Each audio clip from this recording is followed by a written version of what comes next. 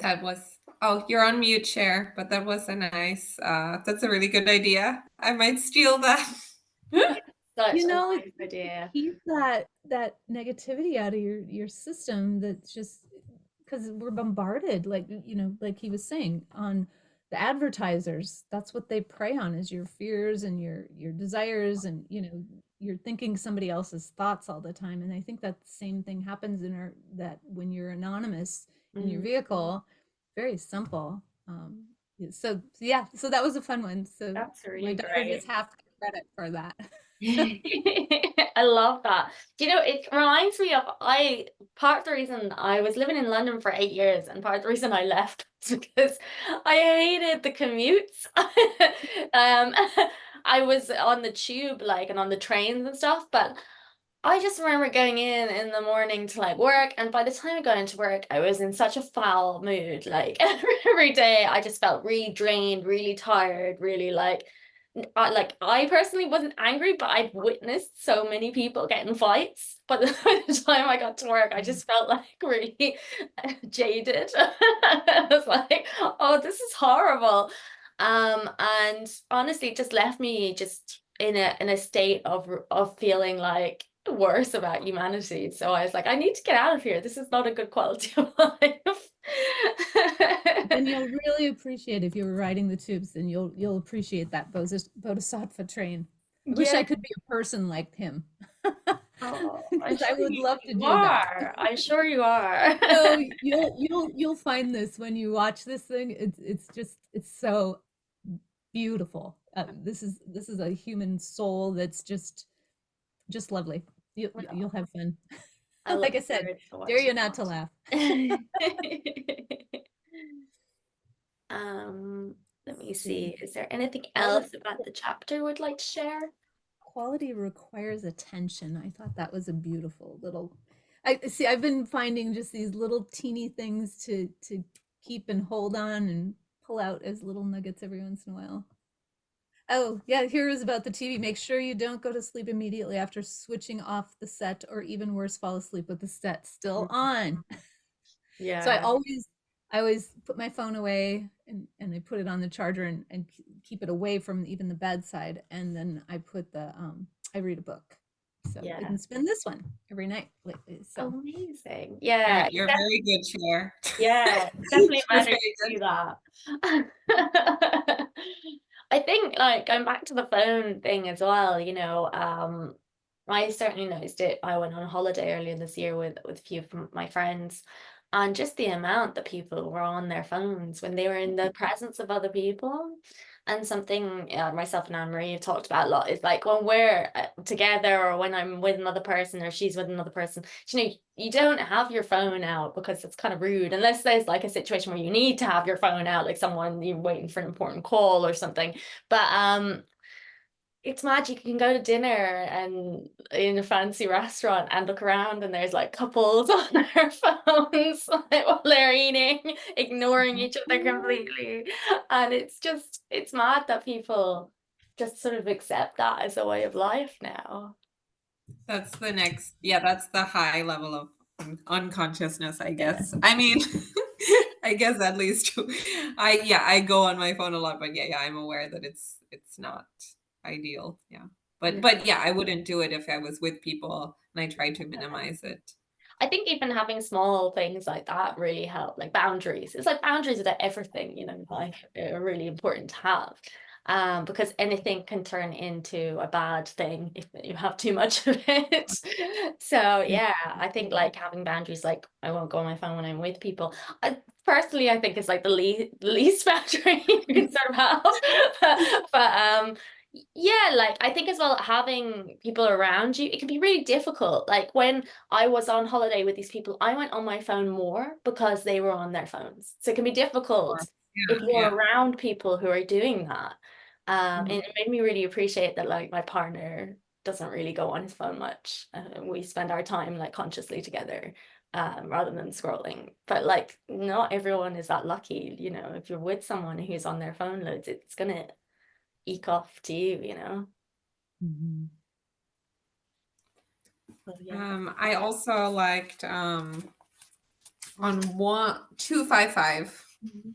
It has been said, stillness is the language God speaks, and everything else is a bad translation.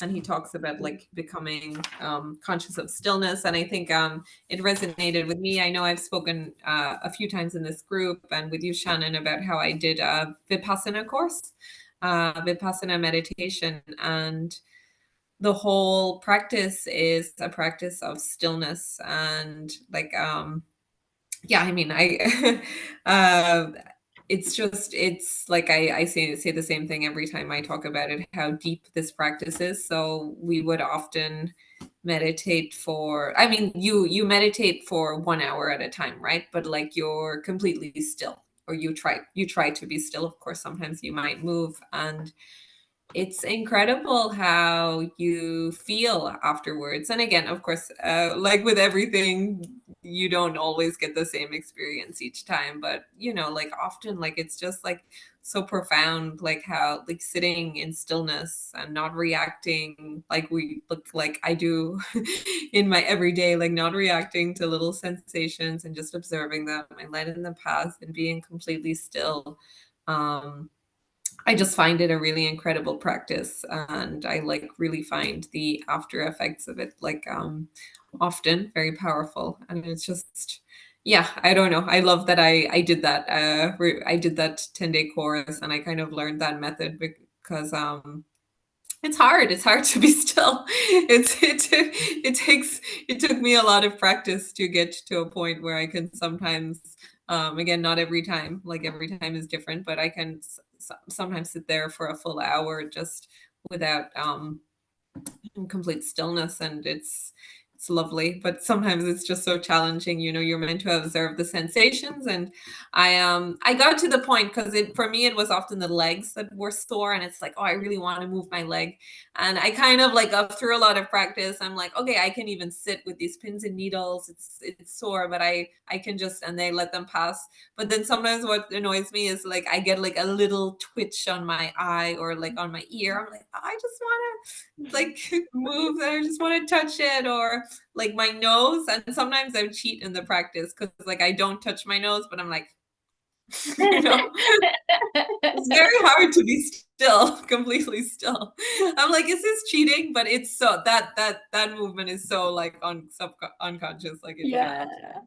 But it's very challenging, but it's very rewarding to be still, is what I'm trying Yeah. to say. And it's, yeah, again, it's very godly, right? Like it's just wonderful. And like how we move. I mean, I probably move in my sleep as well. Yeah, we're always moving. We're always reaching for something. We're always grabbing for something. It's in our world. We're not often very still. Hmm. Yeah, There's no definitely. real cheating in meditating, though. Thank you. Don't label yourself that. Don't take that away. And if your leg's falling asleep, move it. It's not good to be in pain either, though. There's a fine line there of acknowledging it and going, okay, but I'd feel better if I moved this. It's really okay. Or that's what I've learned in meditation. There's so many different types. I mean, Of everybody course, yeah. meditates. In active meditation is just as good as stillness sometimes. But yeah, being still is challenging. I've had I get to lay in an MRI tube for hours, like usually 2.5 hours at a time, and they put a cage over your head so you can't move at My all. God. So I'm all tucked in the blanket, and then they slide you into the tube head first, and I'm in there for this big long time, and so I just drop into my yoga breath, because they'll Mm. say, "Oh, this next one is 3 minutes," and I'll be breathing, and I know I can slow my breath to like 5 breaths in and out a minute, so I'll count the minutes that way, and it'll be that was actually 6.5 minutes, not that long. It's brilliant. Because they always tell you less so that it Yeah. doesn't seem so long. But I can't move at all. And even when they pull you out, because they have to put in a contrast dye, so then halfway through, and then they do the whole series again. So that's why it takes so long. But they do my brain, so I know I have one anyway. And my neck, so they do my C spine. So yeah, that being perfectly still. And then, I've had, MS stops movement, really. So that becoming still and being present when you're in that space where you can't move, where it's just too much energy to shift yourself or anything. So I've spent a lot of time being very still. Doesn't mean your mind is. It's the stilling your mind is actually more important than stilling your body. Yeah. So true. I find it really difficult as well, to get that stillness. I definitely have, I have ADHD. I have the ADHD brain. So there are days when I wake up and my brain is just all over the place. It's just really, really difficult to still it down. And like when I meditate, often like I'll get lost in a thought pattern and I'm like, come back, come back. But Let that's go. normal. That's normal, though, to allow yourself to and the trick is to do that, recognizing when you do go out and bring yourself back to that center. And that, again, that's why they call it practice. Yeah. Right? So we just keep doing more. I actually, for a while, early on in my meditation stuff, would just tell myself, "Shh, I'm meditating. Shh, I'm Yeah. meditating." Shh. I do something similar. I do the thoughts thing. I think I mentioned it before. It's like Pim Chadron said it in one of the books. But it's like every time I catch myself again, I think thought. It's just trying to like shut it up. But I do find that really helpful. And I only discovered that a couple of years ago. Before that, I used to get a lot more lost on the thoughts. So yeah, I'm still at that stage, but it is helpful. What about yourself, Lil? Do you want to share anything about how you find stillness? And let's unmute you. You're on mute. You're on mute there. Perfect. Okay, sorry. I have to really catch myself when I have thoughts just going and going and going. And I know in here, Eckhart says that that's when you to focus on your breath. When you focus on your breath and really focus on it, you lose your thoughts. Like your thoughts, you can't do both at the same time if you're really focusing on your breath. So I really try to do that. And then when I am doing that, I will actually really pay attention to what I'm doing, what my body is doing, and trying to feel what's going on, and not thinking about it, just being aware of what's going on, doing more focusing. I find that very helpful. Yeah, like body scanning, sort of. Yes. Yeah, that's fantastic. I find that really helpful as well, actually. For focus and awareness. Thank you for sharing. Is there any other parts that people would like to bring up before we finish today? I think the last one that I saw was on 235. Nietzsche, in a rare moment of deep stillness, wrote, "For happiness, how little suffices for happiness. The least thing precisely, the gentlest thing, the lightest thing, a lizard's rustling, a breath, a whisk, an eye glance, little maketh up the best happiness. Be still." I thought So lovely. that was just beautiful. It's strange because even in the words themselves, there's so much beauty, isn't there? There's I looked it up here. There's one, you might know this quote as well, but it's from Franz Kafka. And it's, "You do not need to leave your room. Remain sitting at your table and listen. Do not even listen. Simply wait. Be quiet, still, and solitary. The world will freely offer itself to you to be unmasked. It has no choice. It will roll in ecstasy at your feet." That's a beautiful quote. I do know that one. Oh, that's so lovely. I think that's a lovely place to end anyway. Just meditate on that now and on our beautiful, small, simple things this week. It might be a nice challenge for us next week. We can come back and share something, some small thing or simple thing that we gave us great happiness over the course of the week. It's a nice idea. Yeah. Okay, we'll see you next week. Thanks for joining us. It was so lovely. Thank you, everyone.